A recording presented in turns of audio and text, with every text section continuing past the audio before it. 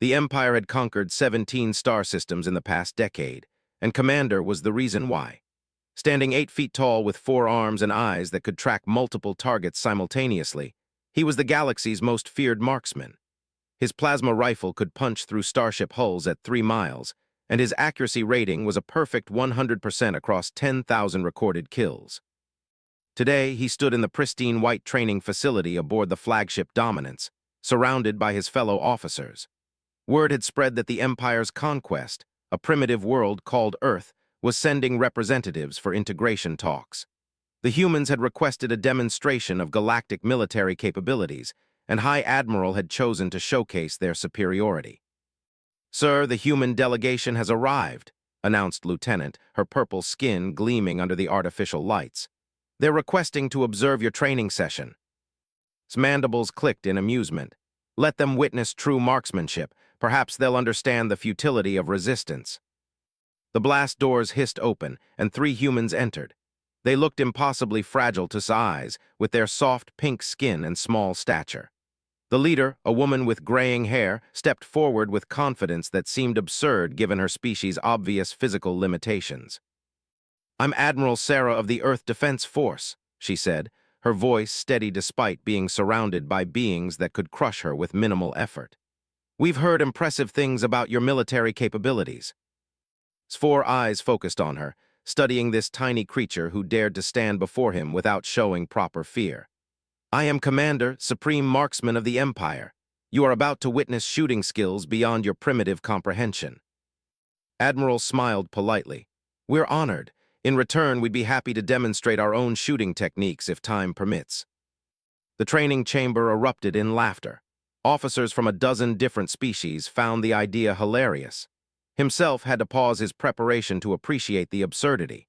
These humans, with their pathetic single-shot projectile weapons, wanted to demonstrate their shooting to the galaxy's finest marksmen. "Your weapons fire small metal pellets at subsonic speeds," said, hefting his plasma rifle. "This weapon fires concentrated energy at near light speed. The comparison is like comparing a thrown pebble to a meteorite strike." The human admiral nodded thoughtfully. "Different approaches to the same goal, I suppose. May we observe your demonstration?" Activated the training program. Holographic targets materialized throughout the vast chamber, some stationary, others moving in complex patterns. Some were as small as coins, others human-sized. They appeared at distances ranging from 50 meters to over 2 kilometers, scattered across multiple levels of the facility. With fluid grace, raised his weapon. His 4 arms worked in perfect coordination, adjusting settings and stabilizing his aim. His multiple eyes tracked different targets simultaneously, calculating trajectories and timing. The first shot rang out, a brilliant blue beam that struck a moving target the size of a dinner plate at 1,500 meters. Then another and another. For the next 10 minutes, put on a display that left even his fellow officers impressed. He hit targets behind cover using ricochet shots, destroyed multiple moving targets in rapid succession, and finished by threading a shot through a gap barely wider than the beam itself to hit a target hidden 3 chambers away. When the exercise ended, every single target had been destroyed. 173 shots, 173 hits, many of which would have been impossible for most species to even attempt. The chamber fell silent except for the hum of cooling plasma coils. Turned to the humans, expecting to see the proper awe and submission that such a display usually inspired. Instead, Admiral was examining his weapon with professional interest. "Impressive range and power," she commented. "The plasma coherence is remarkable. I assume the targeting system uses multispectral analysis." His mandibles twitched in irritation. She was supposed to be cowering, not conducting a technical evaluation. "The weapon incorporates 17 different targeting systems," he said coldly. "It is beyond primitive understanding." Admiral nodded. Definitely 3 days after the demonstration, Admiral requested a private meeting with High Admiral. The massive leader received her in his personal quarters, a chamber decorated with trophies from conquered worlds. She seemed even smaller here, surrounded by artifacts of civilizations that had fallen before the Empire's might. "Admiral," rumbled, his voice like distant thunder, "I trust the demonstration satisfied your curiosity about our capabilities." "It was enlightening," replied, settling into a chair designed for beings twice her size. Commander is clearly skilled.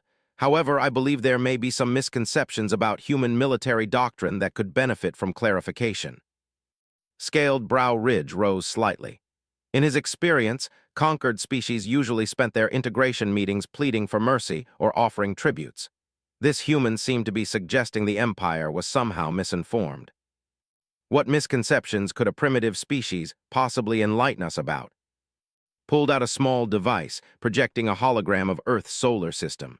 Your scouts classified our weapons as kinetic projectile systems using chemical propellants, correct, based on their observations of our conventional military exercises.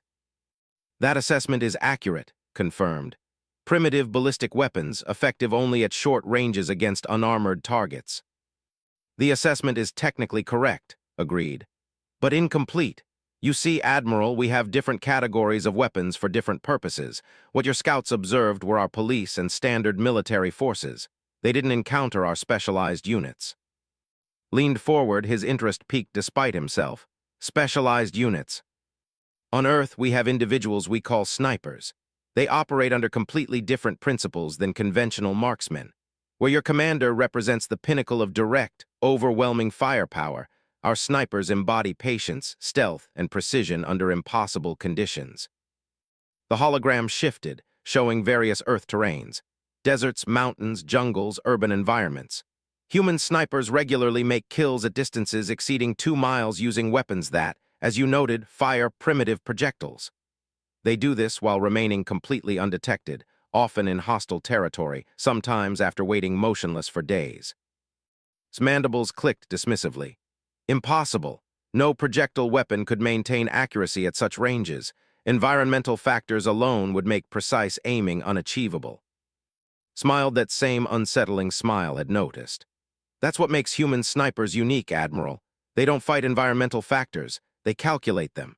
Wind speed and direction at multiple altitudes, humidity, air pressure, temperature gradients, even the rotation of the planet. They factor in the flight time of their projectile and predict where their target will be when it arrives. She gestured, and the hologram showed a human figure lying prone in tall grass, nearly invisible even when you knew where to look. This is Staff Sergeant Maria. Last year, she made a confirmed kill at 3,247 meters. The target never knew she was there. The shot took 4 seconds to reach its destination, during which time she had to account for the target's movement, crosswind variations, and 17 other variables. Studied the image. The human looked impossibly small and vulnerable, yet spoke of her as if she were some sort of legendary warrior.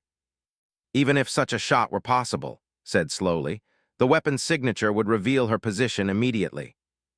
That's another fundamental difference in our approaches, explained. Commander's plasma rifle is undoubtedly more powerful than any human weapon, but it's also louder than a starship engine and produces a light show visible from orbit. Our sniper rifles are designed for stealth.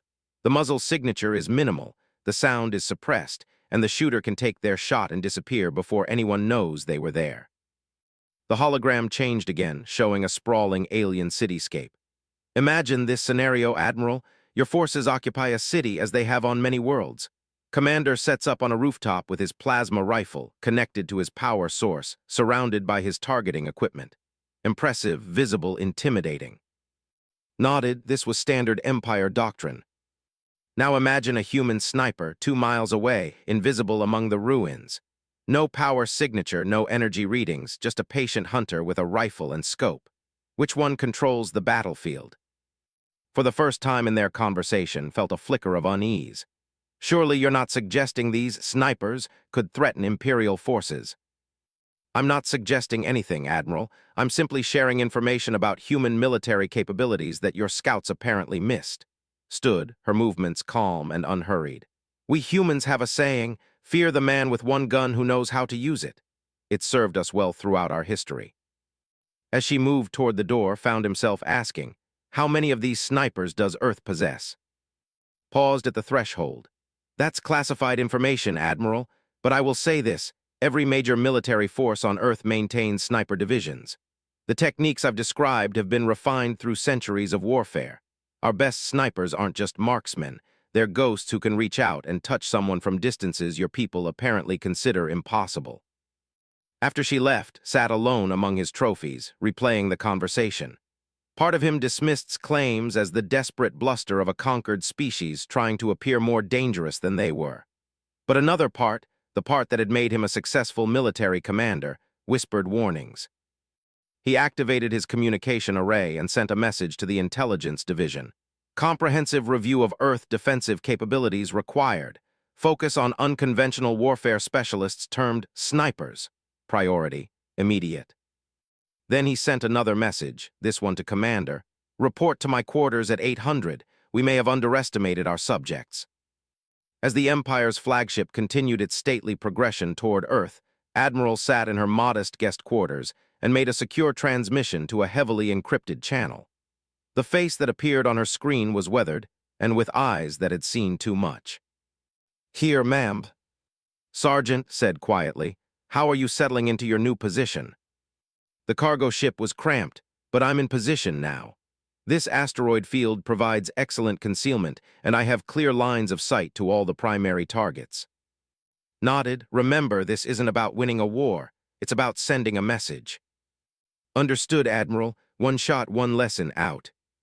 Closed the channel and looked out her porthole at the vast star field beyond.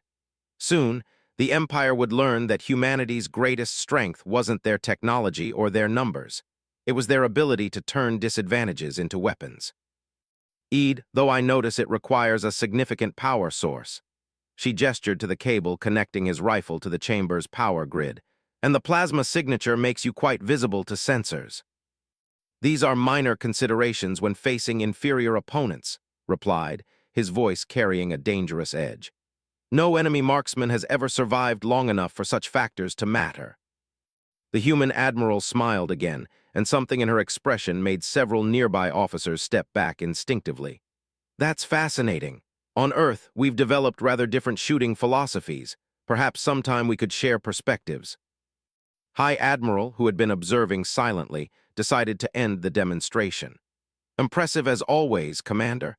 I trust our human guests now understand the military capabilities they're dealing with."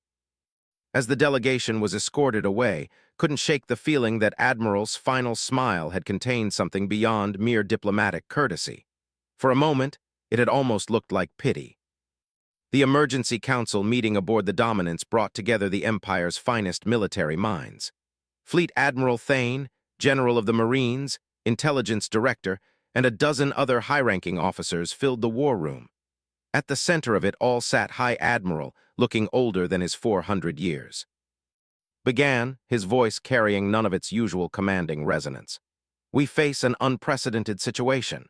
A single enemy combatant has demonstrated the ability to strike our flagship with impunity from a range we previously considered safe." General, whose species had evolved from pack hunters, leaned forward aggressively. "One lucky shot proves nothing. We should bombard the asteroid field and eliminate this threat." "With what targeting data?" Intelligence Director interjected. "Our long-range sensors detected nothing. No heat signature, no energy discharge, no movement. For all we know, this Maria could be anywhere in a field containing 10,000 asteroids." Commander stood at attention near the wall, still shaken by his examination of the breach. The precision of that shot haunted him. Every calculation he'd run suggested it should have been impossible, yet the evidence was into their hull. Commander called, "Share your analysis with the Council." Stepped forward, his four hands steady despite his inner turmoil. "The shot originated from approximately 8.7 kilometers away, based on ballistic trajectory analysis. The projectile was a simple metal slug, probably weighing less than 50 grams. It penetrated our outer hull, severed the sensor array's primary cable, and lodged in the inner bulkhead, all without detonating our proximity defenses." "How is that possible?" Fleet Admiral Thane demanded. "Our defense grid should have intercepted anything larger than a grain of sand." "The projectile was too small and too slow," explained reluctantly. "Our systems are calibrated for energy weapons and high-velocity missiles. This bullet traveled at roughly 900 meters per second, fast for a kinetic projectile, but below our defensive threshold. It was invisible to our sensors because it generated no energy signature." The room erupted in concerned murmurs. The Empire's defensive philosophy was based on stopping fast, powerful attacks. The idea that a slow, primitive projectile could simply slip through their defenses had never been considered. General slammed his fist on the table. Irrelevant. One shot is meaningless. Even if this human can hit us, what damage can a single bullet do to a ship this size? Before anyone could answer, the ship's communication system crackled to life. Admiral's voice filled the war room, calm and professional. "Hi, Admiral, this is Admiral. I'm broadcasting on an open channel because I believe transparency will serve us both.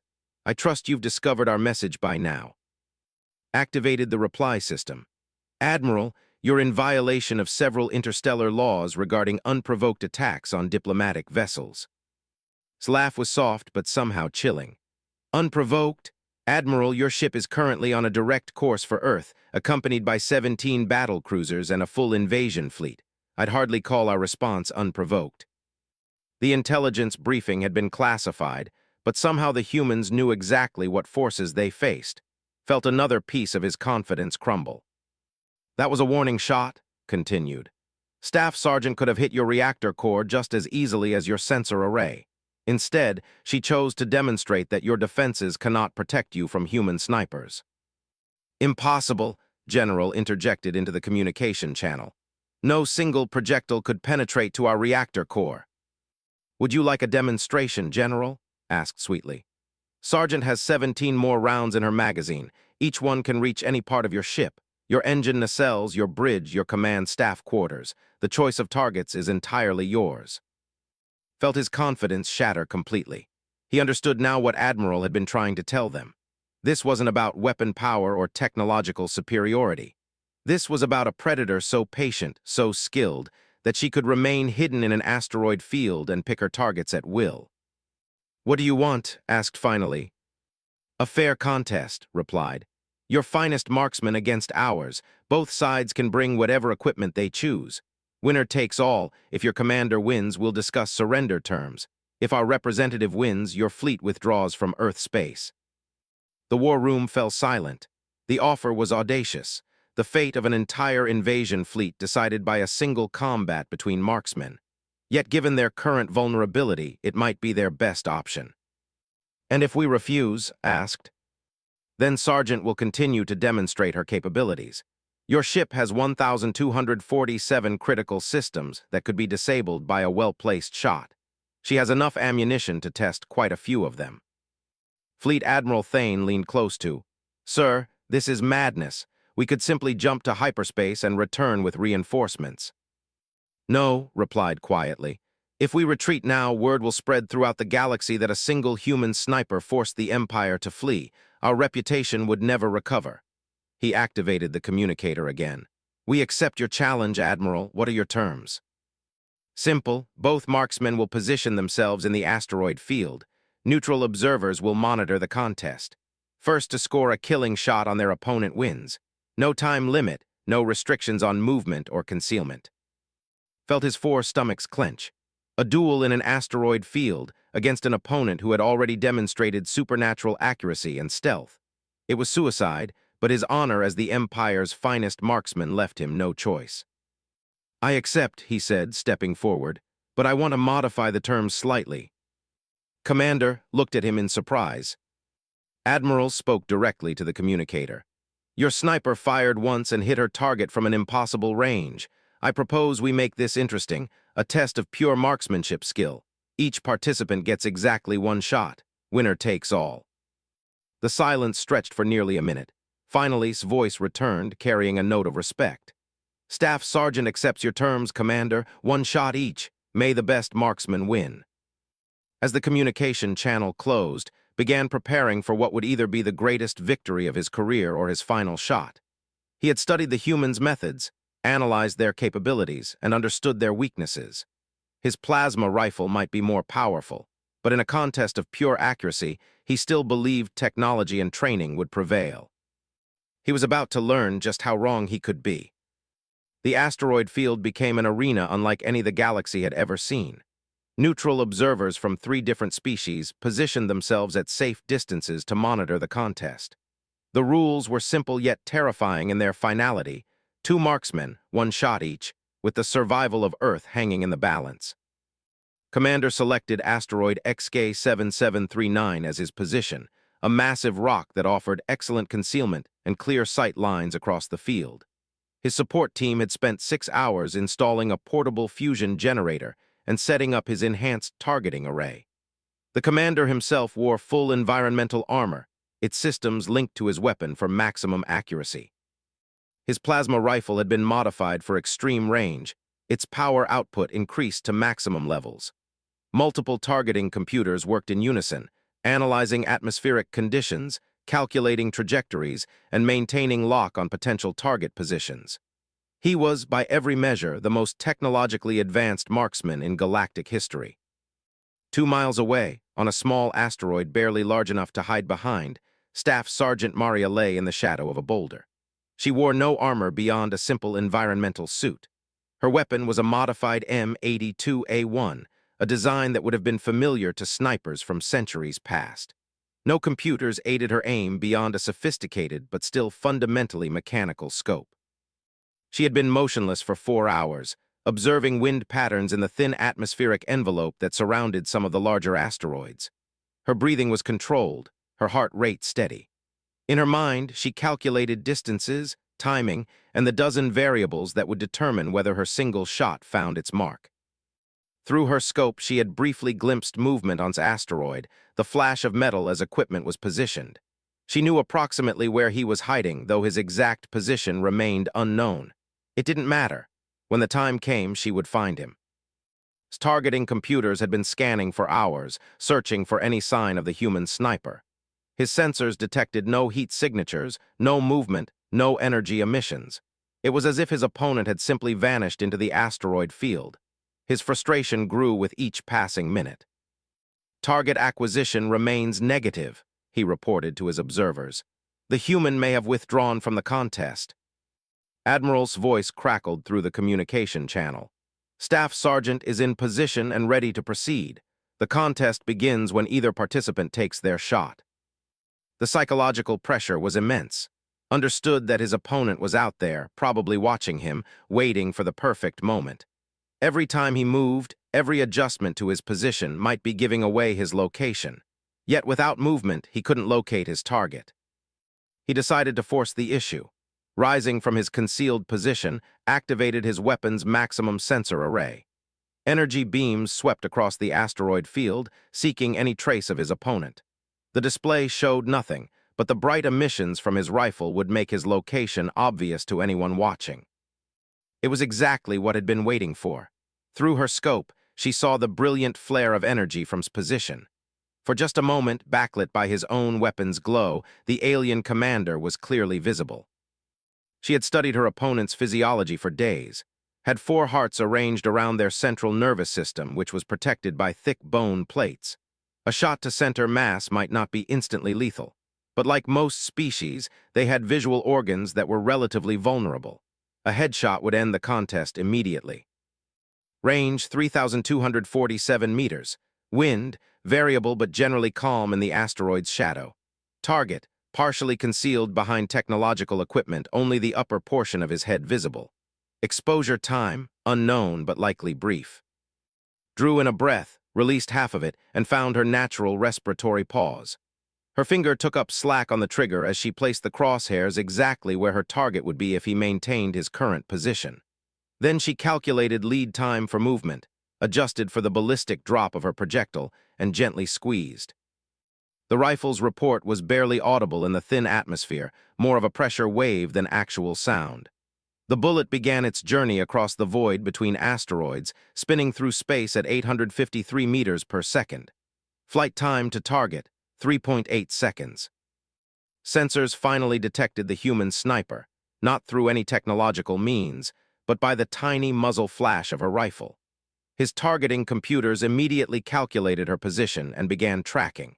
His finger moved toward his weapon's trigger as his various systems locked onto the target. But 3.8 seconds was not enough time. The human's bullet struck in the center of his primary visual cortex just as his own weapon achieved target lock. The kinetic impact was devastating, the carefully calculated shot placing its energy precisely where it would cause instant incapacitation. The galaxy's finest marksman fell without firing a shot. In the aftermath, as medical teams rushed to recover Spotty and confirm the contest's outcome, the observers' reports began spreading throughout the galaxy. The Empire's most advanced warrior had been defeated by a human using primitive technology and raw skill. But the real shock came when Staff Sergeant finally emerged from hiding to speak with the observers.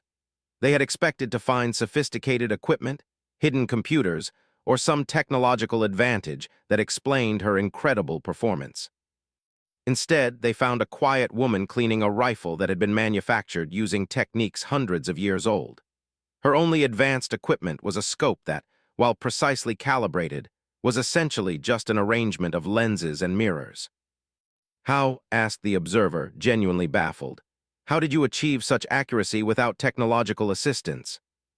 Looked up from her weapon maintenance, considering the question seriously.